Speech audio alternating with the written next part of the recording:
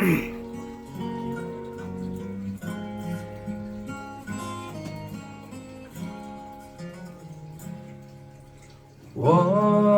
a friend we have in Jesus. All our sins and griefs through them. What a privilege to carry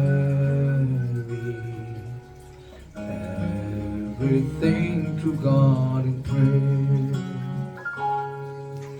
Oh, what peace we often forfeit.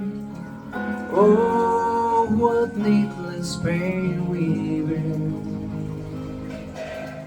All because we do not carry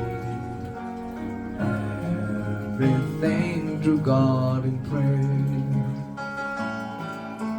Have we trial and temptation? Is there trouble anywhere? We should never be discouraged. Take it to the Lord in prayer. Can we find a friend so faithful, who will all our sorrows share?